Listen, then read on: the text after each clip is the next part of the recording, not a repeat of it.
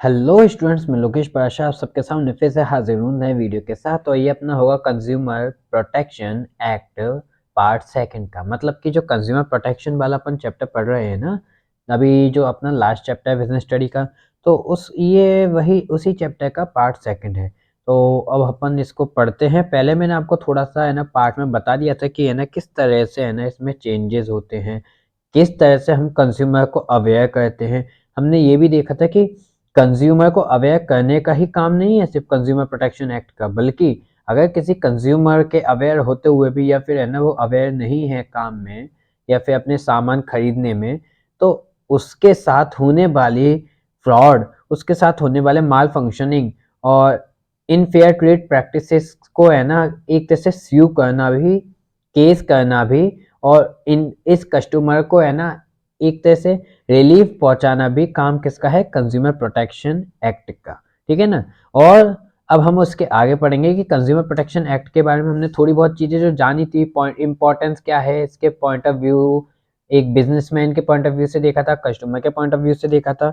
Now we see the act of the consumer protection. ठीक है ना। कल मैंने आपको एक मैप दिखाया था, ये मैप है। ठीक है ना। इसे देखने से पहले एक बार अपन कंज्यूमर प्रोटेक्शन एक्ट के मतलब को देख लेते क्या होता है। कंज्यूमर प्रोटेक्शन एक्ट 1986, ठीक है ना, 1986। ये रिप्लेस भी हुआ था 2019 से। बात क्या थी कि 1986 जो बात करता है ना कंज्यूमर्स के लिए, वो ज़्यादा सही है। इस बेसिस से आप भी जानते हो, घर में दो बेटे हैं, दो या दो बेटियां हैं, तो उनमें से जो सबसे ज्यादा सही है उसको है ना प्रायोरिटी सबसे पहले दी जाती है कि है ना तुम इस काम को संभालो। ये चीज जान रहे हो ना। जो इसी तरह से ये सारी की सारी भागदौड़ होती है। कंज्यूमर प्रोटेक्शन एक्ट का जो हमारा, कई सारे लोगों ने कंज्यूमर प्रोटेक्शन एक्ट के लिए है ना बातें उठाई कि ऐसा होना चाहिए वैसा होना चाहिए, बट लिए 1986 वाला गया लिया। ठीक है ना। तो इसको पढ़ लेते हैं 1986 हमसे क्या कहता है। 1986 हमसे कहता है सबसे पहली बात कि कंज्यूमर्स को अवेयर करना ही काम नहीं है कंज्यूमर प्रोटेक्शन एक्ट का, बल्कि अगर कंज्यूमर है ना कुछ गलत प्रैक्टिसेस में भी फंस जाए तो उसको उसके राइट्स के लिए लीगल प्रोटेक्शन का यूज करना भी लीगल अथॉरिटीज के साथ में ये जरूरी है कंज्यूमर प्रोटेक्शन एक्ट के साथ।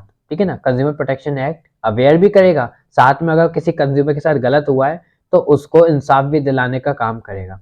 अब ये किस तरह से हम कह सकते हैं कि according to it consumer is defined as follows. किस तरह के कंज्यूमर्स को इन कैटेगरीज में लेते हैं जिनके साथ फ्रॉड हुआ है। हाँ जी, सोचो थोड़ा सा। पहली बात, या तो प्रोडक्ट बेसिस पे लेंगे या सर्विस बेसिस पे लेंगे। फर्स्ट पॉइंट है प्रोडक्ट बेसिस पे, सेकंड पॉइंट है सर्विस बेसिस पे। ठीक है। अब हम इसमें अगर देखना चाहें तो हमसे कहा जाता है कि कंज्यूमर प्रोटेक्शन एक्ट अवेयर करा रहा है और लीगल एक्शन भी ले रहा है, लेकिन किन तरह के कंज्यूमर्स के लिए ये काम होगा और किन तरह के सेल्समैन या फिर बिजनेसमैन या मैन्युफैक्चरर के अपोजिट में ये एक्ट को लागू किया जाएगा लीगली। ठीक है। फर्स्ट पॉइंट इसमें कहता है, अच्छी बात है, मतलब अगर तुम सोच समझ के कुछ किसी प्रोडक्ट को खरीदते हो, सही है, लेकिन ये जो प्रोडक्ट को खरीदना जो आपका काम था वो आपने सोच समझ के किया, तो अब आप उस प्रोडक्ट को यूज कर सकते हो, अपने लिए यूज कर सकते हो, लेकिन शर्त यह है कि आप उसे रीसेल या अपने खुद की इकोनॉमिक कंडीशन को इम्प्रूव करने के लिए, मतलब कि खुद को है ना प्रॉफिट गेन कराने के लिए उस सामान को, उस प्रोडक्ट को यूज नहीं कर सकते। अब आप सोचोगे कि यार ऐसे तो है ना एक तरह से ये हो रहा है कि है ना जो लीगली कोई भी दुकानदार है वो भी तो सामान को ऐसे ही खरीदता है, लेकिन वो तो बेचता है, तो फिर तो है ना वो भी गलत काम कर रहा है। हाँ कह सकते हैं, लेकिन सामान तो कई सारे हैं ना, एमएसएमई भी बनाती है सामान, पर कुछ सामान ऐसे हैं जो ब्रांडेड है। आपने कई जगह पर देखा होगा, अमूल मिल्क पार्लर या अमूल अमूल पार्लर, ठीक है, सरस पार्लर, हम देखते हैं कई जगह पे डोमिनोज। ठीक है ना।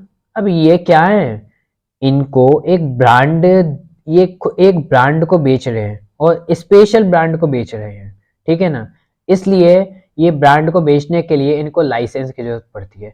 विदाउट लाइसेंस अगर इनको ऐसे ब्रांड को, स्पेशल ब्रांड को बेचता हुआ पाया गया तो इन पे केस हो सकता है।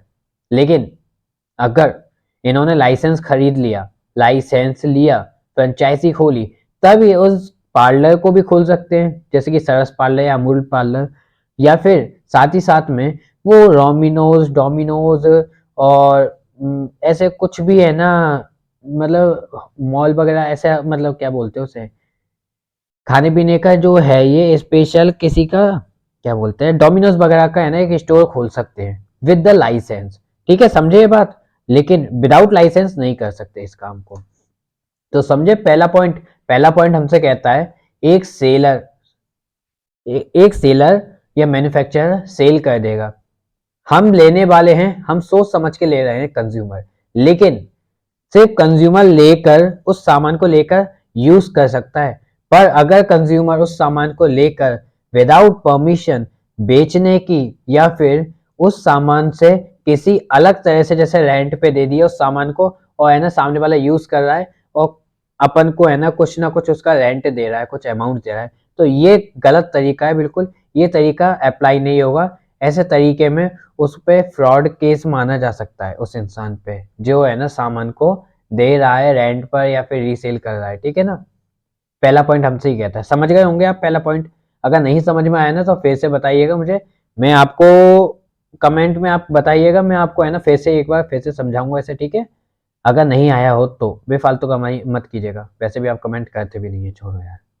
सेकंड पॉइंट हम देखें तो एनी पर्सन, मतलब ये सर्विस की बात करता है कि आप सोच समझ के आपने कोई सर्विस ली, ठीक है, आपने कोई सर्विस अपने अंदर ऐसे डेवलप कर ली कि आप है ना स्पेशल उस चीज में। जैसे कि मैं अपने हिसाब से कहूँ तो मैंने सोचा कि मैं पढ़ाने में सही हूँ तो मैं पढ़ाने लग जाऊंगा। तो मेरे अंदर कौन सी स्किल आई, मैंने कौन सी सर्विस देना सही लगा, मुझे मुझे टीचिंग सर्विस देना सही लगा, अब मैं उसमें सही हूँ।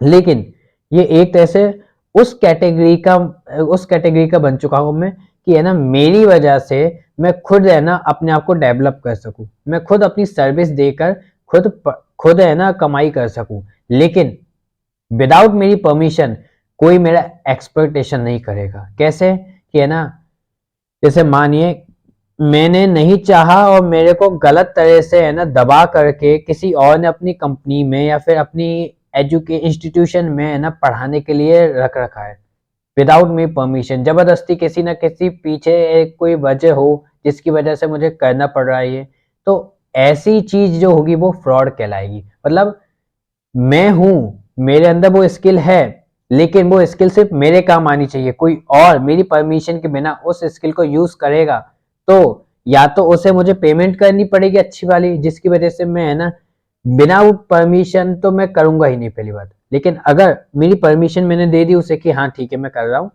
तब ये फ्रॉड केस नहीं होगा। समझे, पहला पॉइंट कहता है ए ने ए ने बी से सामान खरीदा। अब ए, पहला पॉइंट, अब ए जो है, मतलब कीर्ति और कनक की बात करते, चलो ठीक है, कीर्ति ने कनक से सामान खरीदा, ठीक है, लेकिन कीर्ति ने कनक से खरीदा है, अब कीर्ति उस सामान को यूज कर सकती है, लेकिन अगर वो उस सामान को खुद बेचने की और साथ में कि उस सामान को वो रेंट पर दे दे, कुछ इस तरह की सोचेगी, तो है ना उसे फ्रॉड माना जाएगा इस जगह पर। ठीक है ना, उस पर अब केस हो सकता है।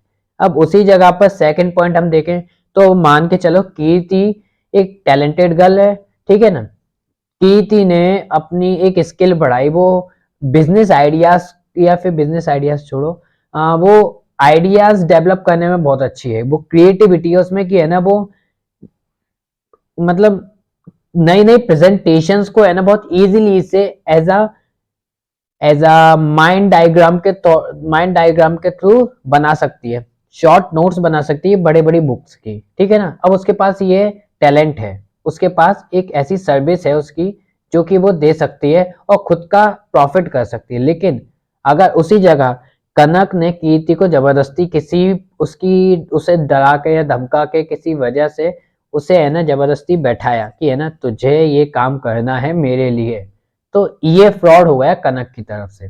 ठीक है ना। अब कनक पे भी उस चीज का केस हो सकता है कि बिना उसकी परमिशन, बिना कीर्ति की परमिशन तुम उसे यूज नहीं कर सकते, ठीक है ना। ये हमने कंज्यूमर प्रोटेक्शन एक्ट में समझा। देखो कंज्यूमर प्रोटेक्शन एक्ट बहुत ज्यादा मतलब बहुत ज्यादा जरूरी चीज है, इसे समझ जाओ क्योंकि ये बहुत ज्यादा ही आज के वक्त में यूज होने वाली चीज है। आज के वक्त में बहुत ज्यादा फ्रॉडबाजी होती है, उससे बचने के लिए इसे यूज किया जाता है, ठीक है ना।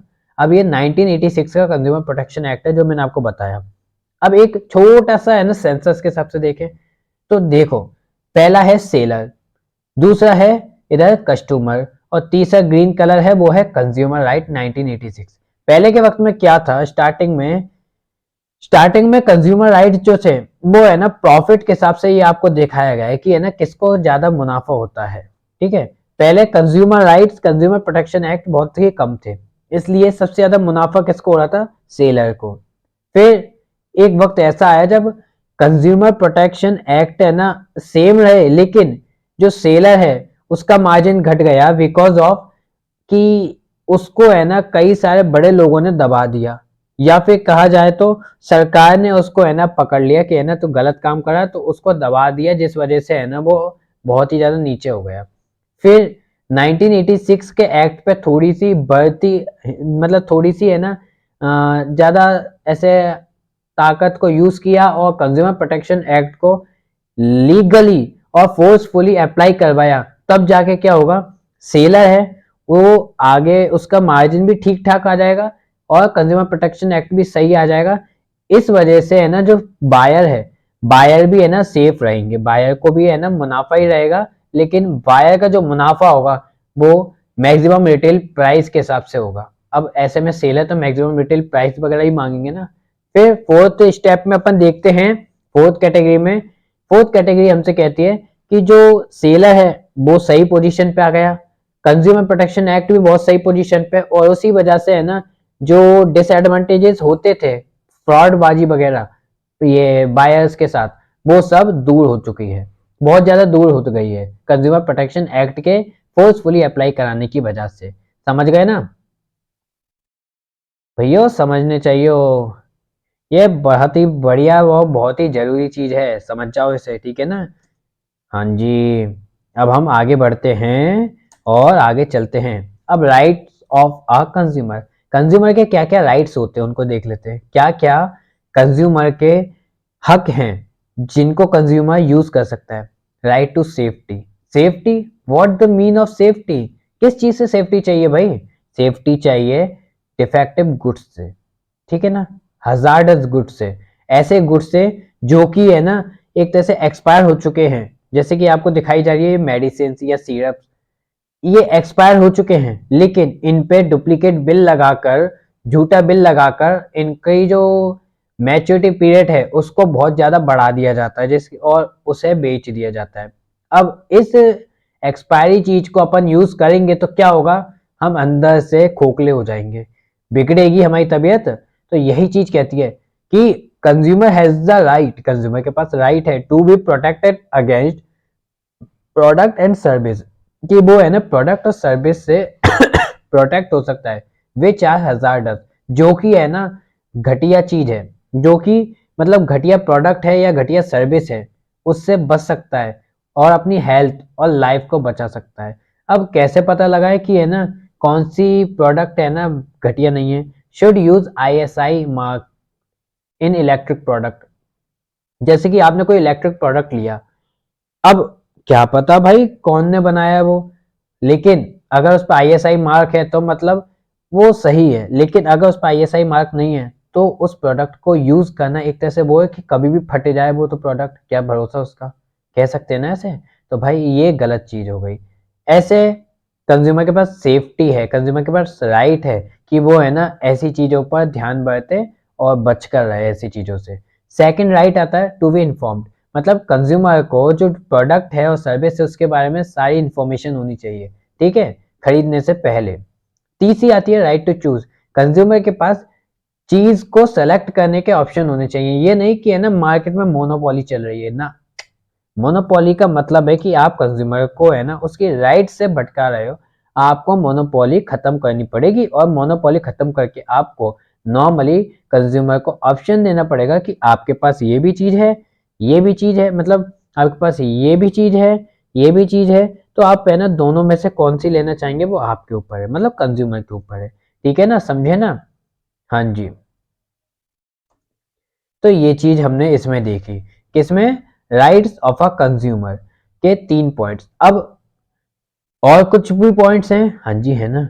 राइट्स टू बी हियर्ड, अगर कंज्यूमर के साथ कुछ फ्रॉड हो जाए, ठीक है ना, कुछ गलत हो जाए उसके साथ, तो ऐसे वक्त में उसे उसके डिससेटिस्फेक्शन को, मतलब कि consumer has the right to file a complain, consumer complain कर सकता है अगर उसके साथ कुछ गलत किया जाए, and to be heard in case of dissatisfaction, और उसकी बातें सुनी जाएंगी क्योंकि उसे डिससेटिस्फेक्शन हुआ है, वो ने उसने कुछ प्रोडक्ट या सर्विस को सोच कर लिया, अप्लाई किया, लेकिन उससे उसे डिससेटिस्फाई हुआ है वो, तो इस वजह से उसकी बात सुनी जाए, उसका जो कंप्लेन है वो लिखी जाए और उस पर एक्शन लिया जाए, राइट टू बी हियर्ड वाला। ठीक है ना, समझ गए? अगला आता है राइट टू सीक रिड्रेसल, मतलब कि इन केस, मान के चलिए कि है ना जो कंज्यूमर है उसके साथ गलत कर दिया गया, ठीक है, उसके साथ गलत हो गया, गलत हो गया तो अब भाई ये गलत हो गया तो वो तो उसके साथ तो कुछ बिगड़ गया ना काम। ये मान के चलिए वो साइकिल लिया, एक नई साइकिल ली है उसने, अब नई साइकिल में उसने तो ये सोचा था बिल्कुल नई है, लेकिन उस साइकिल की है ना जो चैन है वो तो बिगड़ी हुई हो और बीच में ही वो टूट गई।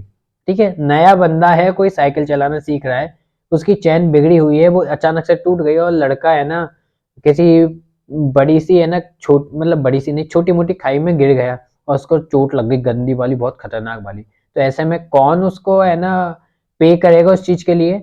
जिससे उसने सामान खरीदा है, जिससे वो साइकिल खरीदी है, वो उसे पे करेगा, मतलब राइट टू रिड्यूसल। उसकी जो गलती हुई है उसमें, कस्टमर के साथ जो गलत हुआ है उसको रिलीफ देने का काम कौन करेगा? जो मैन्युफैक्चरर या सेलर है वो करेगा। ठीक है ना। फिर आता है right to consumer education, consumer को नॉलेज दो, कंज्यूमर को बताओ कि है ना ये प्रोडक्ट इस तरह से यूज होता है, ये प्रोडक्ट की ये वैल्यू है और इतने वक्त तक ये प्रोडक्ट ऐसे यूज होगा, आप ऐसे आराम से यूज कर सकते हो, और पूरी जिंदगी उसे जितने भी प्रोडक्ट्स है ना जिसके बारे में वो जानना चाहे उस तरह उसके प्रोडक्ट्स की पूरी एजुकेशन दो। ये हमारा राइट है। अब इनको याद करने का मैं तरीका बता दूं। ठीक है, सबसे पहला राइट, कंज्यूमर सबसे पहले क्या करेगा? सामान खरीदेगा ना, तो सामान खरीदेगा, ठीक है, सामान खरीदते ही उसने है ना क्या किया? सबसे पहले उसे एजुकेशन होनी चाहिए उस सामान की कि है ना सामान क्या है। ठीक है ना, राइट टू कंज्यूमर एजुकेशन, सामान क्या है उसे ये पता होना चाहिए। ठीक है, पता हो गया, तब वो सामान के पास गया, तो अब वो सामान के पास गया है, तो अब सेलर का काम है कि है ना उसे सारी की सारी चीजें बताए कि है ना सामान, मतलब उसे एजुकेशन है सामान के ऊपर, लेकिन अब सेलर अपनी फॉर्मेलिटी को पूरा करते हुए है ना सामान लेने वाले को, मतलब कस्टमर को सारी बातें बताए कि इस सामान को ऐसे ऐसे यूज करना है, इस वक्त तक यूज होगा। ये हमारा सेकंड राइट हो गया, right to be inform. Third right, कि हमारे सामने सामान रखा है तो हम उसमें से चूज कर सके, राइट टू चूज। ठीक है ना। अब राइट टू चूज के बाद हमारा फोर्थ पॉइंट आता है कि अब जो हमने सामान लिया है ना वो सेफ होना चाहिए, ये नहीं कि वो घटिया सामान हो। ये काम किसका है? सेलर का काम है कि सेलर देखे कि वो सामान जो लिया है गया है वो सेफ है। ठीक है, ये हमारा फोर्थ पॉइंट हो गया। फिफ्थ पॉइंट, अगर बाई चांस मान के चलो वो सामान सेफ नहीं है, तो हमारे साथ ये गलत हुआ है तो हमारी कंप्लेन लिखी जानी चाहिए, लिखी गई कंप्लेन तो right to be heard, right to be heard हो गई। अब फिफ्थ पॉइंट खत्म हो गया, अब लास्ट आता है सही सिक्स पॉइंट कि अब कंप्लेन तो लिख ली है लेकिन हमारे साथ जो गलत हुआ है हमारे उसकी वजह से हमें चाहे फिजिकली चोट लगी हो या फिर है ना कुछ फाइनेंशियली हमारा काम बिगड़ा हो, तो ऐसे में हमें है ना हमें रिलीफ कौन देगा? प्रोड्यूसर या मैन्युफैक्चरर या फिर सेलर, वही तो देगा ना। तो राइट टू सीक रिड्रेसल। ठीक है, कहानी बन गई ना। इस ऐसे आप याद रखोगे इस चीज को। फिर आती है responsibility and duties of a consumer, consumer की क्या क्या रेस्पॉन्सिबिलिटीज होती है और क्या क्या ड्यूटीज होती है ये बताएं। ये हमारा पॉइंट है, क्या क्या रेस्पॉन्सिबिलिटी और ड्यूटीज होती हैं ऑफ अ कंज्यूमर, कंज्यूमर की। Consumer must exercise his right, कि कंज्यूमर को अवेयर होना चाहिए कि है ना उसके क्या क्या राइट्स है प्रोडक्ट और सर्विस को खरीदते वक्त, ठीक है ना। ये उसकी ड्यूटी होनी चाहिए, ये उसकी रेस्पॉन्सिबिलिटी है कि भाई आप खरीद रहे हो तो पता किसको होना चाहिए प्रोडक्ट का, आपको। कहीं गलती होगी, कुछ दिक्कतें हो गई तो आप कब तक फिर चक्कर काटोगे, इसलिए पता रखो, इन्फॉर्मेशन रखो, अवेयर रहो प्रोडक्ट्स के और सर्विस के बारे में, ठीक है। फर्स्ट पॉइंट हमारा ये हुआ। सेकंड पॉइंट क्या है, consumer must be a cautious conscious consumer. मतलब वही बात आ गई, सेम बात आ गई, वाइल बाइंग अ प्रोडक्ट और service a consumer should read label carefully to learn about its every minute detail. मतलब कि लेबल का मतलब क्या है, आप एक ये पैसिफिक वाला देख रहे हो ना, मसाले वाला जो आपको दिखाया हुआ है मैंने, इमेज जो लगाई हुई है आपके लिए, ये क्या दे बताती है कि है ना इसके पीछे, पैकेट के पीछे आपको एक न्यूट्रिशन फैक्ट लिखा दिख रहा है। तो ये जो न्यूट्रिशन फैक्ट है ये उसका लेबल है कि कंज्यूमर शांति से सबसे पहले खरीदते वक्त उसे लेबल देखना चाहिए कि है ना उसमें क्या क्या चीज़ मिली हुई है, इसकी एक्सपायरिंग कब की है और ये मैन्युफैक्चर कब की है, ये कहाँ से आई है, कहाँ पे बनती है, इसका मेन जो एरिया है, मेन जो इसकी फ्रेंचाइजी नहीं, इसका मेन ब्रांच है वो कहाँ पे है, ये सारी चीज़ें से कंज्यूमर अच्छे से देखे। सेकंड पॉइंट हमारा ये कहता है। थर्ड पॉइंट हमारा कहता है consumer must file a complain. Consumer complain कर सकता है इन अप्रोप्रिएट फॉर्म, पूरे फॉर्म के साथ, इन केस अगर any short coming in product service availed, कि है ना उसने जो मंगाया उसे वो नहीं मिला, या फिर उसे वो चीज़ जिस हिसाब से मिलनी चाहिए थी उस हिसाब से नहीं मिली। जैसे कि एक प्रोडक्ट लिया उसमें 4 गैजेट्स आते हैं लेकिन उसे 3 ही गैजेट्स मिले, तो उसके लिए वो कंप्लेन कर सकता है कि है ना मैंने 4 गैजेट्स के है ना पे किया है पर मुझे मिला कितने, 3 गैजेट्स। तो इस तरह से हम कह सकते हैं file a complain, consumer must file a complain, ठीक है ना। अब फोर्थ पॉइंट हम देखें तो consumer must insist insist on cash memo that is a proof of purchase and required to file a complaint। जो कंज्यूमर है, ये रेस्पॉन्सिबिलिटी कर रहे हैं अपन कंज्यूमर की, ठीक है ना। तो कंज्यूमर जो है उसको ये पता होना चाहिए कि है ना बिल ना लेने की वजह से उसे चाहे 1-1.5 हजार कम देने पड़ेंगे, लेकिन उस बिल की वजह से जो उसने सामान लिया है 50-60 हजार का, वो सामान है ना उसे अच्छा मिलेगा। अगर कुछ उसमें दिक्कतें आई तो बिल की वजह से है ना वो कंप्लेन भी कर सकता है, सामान को बदलवा भी सकता है। इसलिए कैश मेमो होना चाहिए, बिल होना चाहिए, ठीक है। फिफ्थ पॉइंट हमसे कहता है consumer must B quality conscious. Consumer quality को देखे, ठीक है ना, ही शुड आस्क, वो पूछे, look for ISI marks on electric goods. ISI mark देखे इलेक्ट्रिक गुड्स में, ठीक है ना, बिजली से चलने वाले गुड्स में। FPO marks on food products, खाने वाले प्रोडक्ट्स में देखे एफपीओ मार्क्स। और हॉलमार्क ऑन ज्वेलरी, और हॉलमार्क देखे ज्वेलरीज में। अगर उसको ये मार्क्स दिख रहे हैं तो मतलब वो सही चीज ले रहा है, क्वालिटी है उस चीज में। नहीं दिख रहे तो उस चीज की क्वालिटी का भरोसा नहीं है। इसलिए consumer must B quality conscious, उसे क्वालिटी से कॉन्शियस होना चाहिए, ठीक है। और हमारा लास्ट पॉइंट आता है consumer must bring the discriminancy in the advertisement to the notice of the sponsor, ठीक है ना। Consumer must bring the discrepancy in the advertisement to the notice of the sponsor. Sponsor ने जो notice दिखाया है, मतलब कि जो एडवर्टाइजमेंट दिखाया है, उस एडवर्टाइजमेंट को अच्छे से देखे, समझे, उसकी बातों को पढ़े। ये कंज्यूमर का काम होना चाहिए, उसकी रेस्पॉन्सिबिलिटी होनी चाहिए, ठीक है। ये पॉइंट भी समझ गए? हाँ समझना चाहिए, अच्छी बात है। अब अपन के आते हैं, चलो ये थोड़ा बहुत और है, इसको थोड़ा सा देख लेते हैं अपन। The silent features and provisions of consumer protection act 1986। कुछ साइलेंट फीचर्स हम देख लेते हैं जो कि कंज्यूमर प्रोटेक्शन एक्ट के होते हैं, ठीक है ना। कंज्यूमर प्रोटेक्शन एक्ट 1986 के कुछ साइलेंट फीचर्स को देखते हैं। तो why was consumer protection act 1986 enacted? Question ये उठा कि कंज्यूमर प्रोटेक्शन एक्ट 1986 क्यों जरूरी है हमें। हमें इसलिए जरूरी है जिससे कि हम प्रोटेक्ट कर सकें और प्रमोट कर सकें इंटरेस्ट कंज्यूमर्स के और प्रोवाइड कर सकें बहुत सारे राइट्स कंज्यूमर को, मतलब बहुत सारे हक दिला सके कंज्यूमर को, ठीक है ना। इसलिए हमें 1986 कंज्यूमर प्रोटेक्शन एक्ट की जरूरत है। अब under what circumstances complain can be filled, किस तरह की गलतियों से, मतलब जो सेलर ने करी है या मैन्युफैक्चरर ने की है, कंप्लेन को फाइल कर सकता है consumer. Fraudulent practice of trader and manufacturer, मतलब कि गलत तरीके की प्रैक्टिस करी गई है ट्रेडर के द्वारा या मैन्युफैक्चरर के द्वारा कि सामान को बेच दे सामने वाले को। अब आपने सुना होगा कि है ना,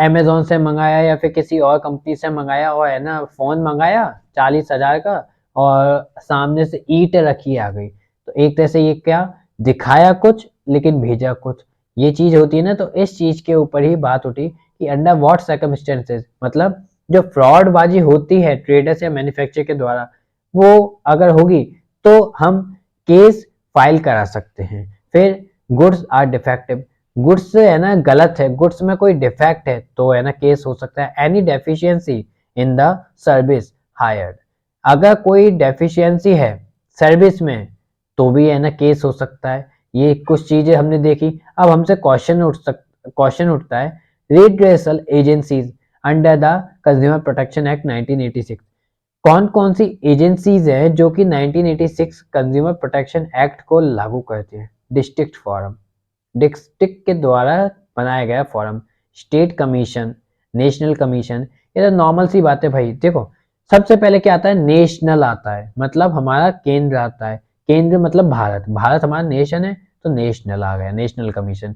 सेकंड आता है हमारा स्टेट, फिर स्टेट में बांटा हुआ है ना, 28 स्टेट्स में बांटा हुआ है भारत, तो 28 स्टेट्स के हिसाब से स्टेट कमीशन हमने बोल दिया। फिर हमारा आता है डिस्ट्रिक्ट, लास्ट में डिस्ट्रिक्ट आता है, तो राजस्थान 33 डिस्ट्रिक्ट में है तो उस हिसाब से हमने राजस्थान को ऐसे डिस्ट्रिक्ट फोरम में भी डाल दिया। तो नेशनल कमीशन, स्टेट कमीशन और डिस्ट्रिक्ट फोरम, ठीक है ना।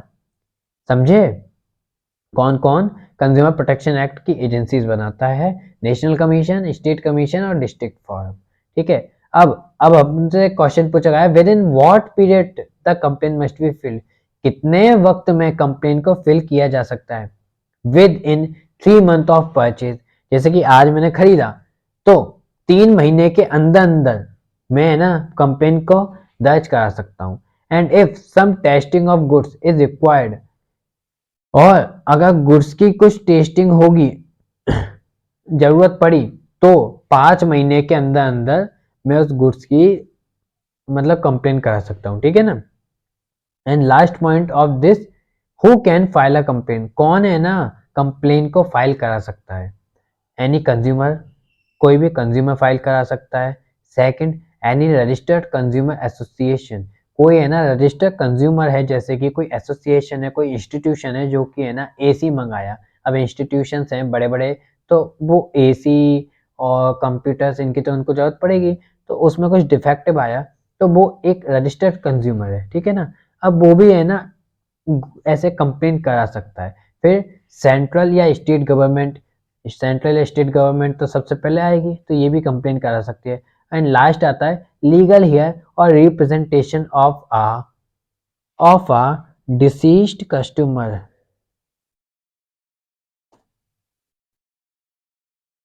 ठीक है। लीगल हियर मतलब लीगल हियर और representation of a deceased customer, जैसे कि कोई कस्टमर है जिसको नॉलेज नहीं है तो उसके लिए कोई और भी है ना उसके द्वारा उसके साथ मिलकर उसके लिए कंप्लेन करा सकता है कंज्यूमर प्रोटेक्शन एक्ट 1986 में, ठीक है ना। समझ गए। मुझे यकीन है कि आपको ये सारी चीज़ समझ में आ गई होगी और ये बहुत इजी वे में मैंने आपको समझाने की ट्राई की है। मिलते हैं आपसे अगली वीडियो में। अभी के लिए tata bye bye, see you, good night. Like share comment subscribe में पीछे मत हटिएगा, पीछे हटे तो दिक्कत हो जाएगी, ठीक है ना। पीछे मत हटो और लाइक शेयर सब्सक्राइब और साथ ही साथ में कमेंट सब कीजिए, ठीक है। मिलते हैं अगली वीडियो में आपसे, पार्ट 3 का इंतजार कीजिएगा, ठीक है। Bye bye.